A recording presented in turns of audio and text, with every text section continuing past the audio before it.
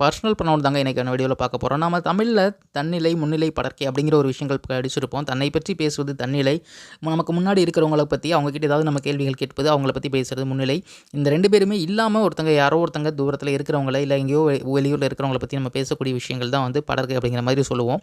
So அதே விஷயங்கள் தாங்க இங்கே ஆங்கிலத்தில் ஐவி அப்படிங்கிற இந்த 2யும் வந்து தன்னிலை கேட்டகரி, அதாவது நாங்கள் அப்படின்னு பேசக்கூடியது தன்னிலை கேட்டகரியிலையும், யூ அப்படிங்கிறத முன்னிலையிலையும், ஹீ ஷி இட் தே அப்படிங்கிறத படர்க்கை கேட்டகரியிலையும் பிரிக்கிறாங்க.